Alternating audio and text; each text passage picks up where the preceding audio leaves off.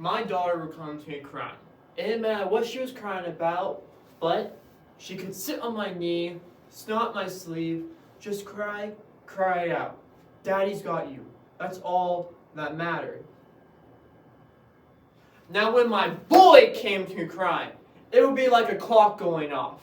I would give the boy 30 seconds until he came up crying to me. Then I would end up saying things like, "Why are you crying?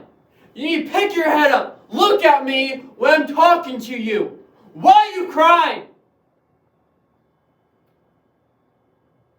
And out of my own frustration of building him up to be a man, to fit these guides and structures, I would just find myself saying things like, "Go to your room! Go to your room and come back when you can talk to me like a man!"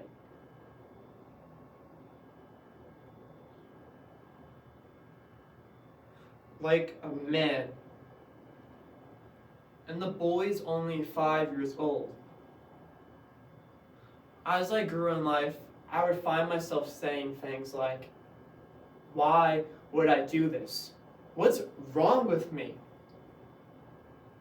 What am I doing?" And then I think back. I think back to my father. From young boys, we are self-taught to be a man, to be tough, to not cry, and most of all, to not show any emotion. The journey of boyhood to manhood shouldn't be a war or a battle. Boys shouldn't have to pen their emotions down, fight their feelings, and most of all, they shouldn't die for keeping it in. But we require our young boys to keep their emotions in check. We use figures of speech of war, fighting, and being a soldier, of denying your feelings for your entire life. The social construct of masculinity is that there's only one type of man, but in reality, there are multiple ways of being a man. From the prose, Why I'm Done Trying to Be Man Enough by Tony Porter, A Call to Men by James Baldoni, The Mass We Live In by Jennifer Newsom. From the poetry, 10 responses to the phrase "man up" by Kyle Grant. From the drama, On Earth We're Briefly Gorgeous by Ocean Vuong. Man Down, a program, because becoming a man should not be a battle. I grew up in New York City. As a boy, I was taught that being a man, you had to be tough, you had to be strong, you had to be courageous, you had to be dominant, that men are in charge and women are not. I've been pretending to be a man, but I'm not. I've been pretending to be strong when I felt weak. Confidence when I felt insecure. And happy when I was really hurting. It's exhausting trying to be man enough all the time.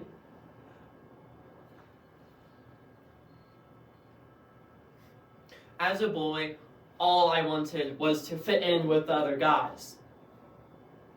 But that acceptance meant I almost had to find this disgusted view on the feminine male.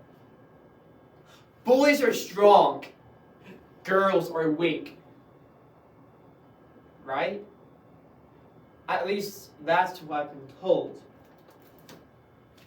Stop crying! Don't cry! You need to pick yourself up! So do something. Act like a man. Be a man. So man up. Man up. Man up! Man up!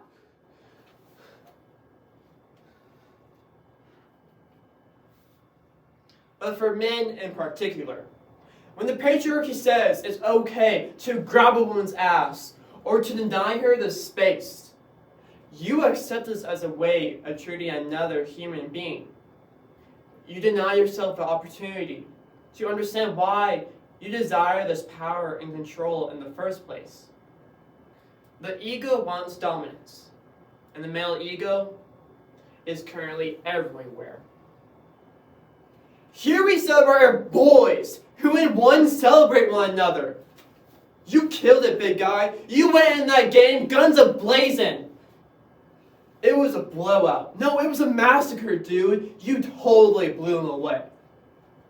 My son, he's a beast. He totally blew him away. He's a ladies' killer. Dude, did you bag her? Yeah, I smashed her brains out. That girl is a grenade. I'd still smash it. I banged it. She's blowing up. That girl is the bomb. I'm dead serious. To some extent, these are only metaphors, hyperbolic figures of speech, nothing else. But they are, to my mind, a strong connection between these roots and these phrases of our country's violent past, from the founding fathers to the manifest destiny.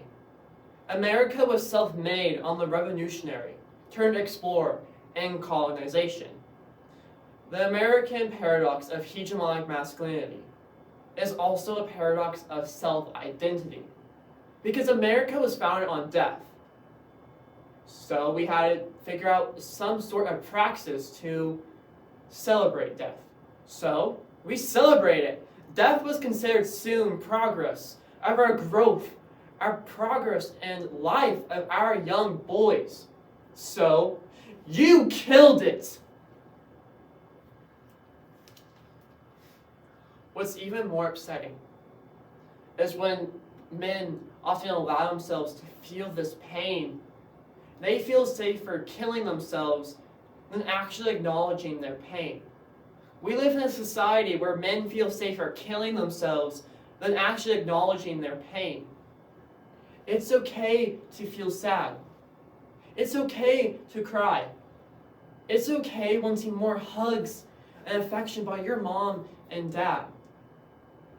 It's okay to take a second to realize these truths. How many boys have to kill themselves before this country realizes this problem? How many women have to be sexually assaulted? How many gays have to be murdered? We teach our boys to wear the skin of another man, but we also teach them to raise that skin like a flag and draw blood for it. Man up! No. Are you brave enough to be vulnerable? Are you strong enough to be sensitive? Are you man enough to stand up to other men when you hear stories of sexual harassment and locker room talk? And will you be man enough when you hear boys about grabbing ass and getting her drunk? Will you actually say something? So we don't have to live in a world where a woman has to risk everything to say the words me too. Guys, this is real. And I'm just scratching the surface here, because the deeper we go, the uglier it gets. So, men, I believe as us men all over the world, we need to realize our past, our privilege, and recognize that we are not part of the problem. We are the problem. The glass ceiling exists because we put it up there. And for us to be the solution, words are no longer enough. So women, on behalf of men everywhere that feel exactly the same way I do, please forgive us for all the ways that we have not relied on your strength.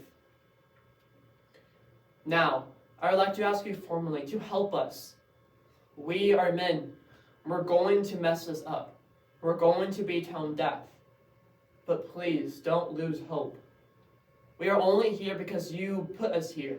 And like you, as men, we need to recognize that you become your allies. As you fight against pretty much everything, we also need your help to recognize our vulnerability and help us celebrate it as we make this very, very long journey from our head to our hearts.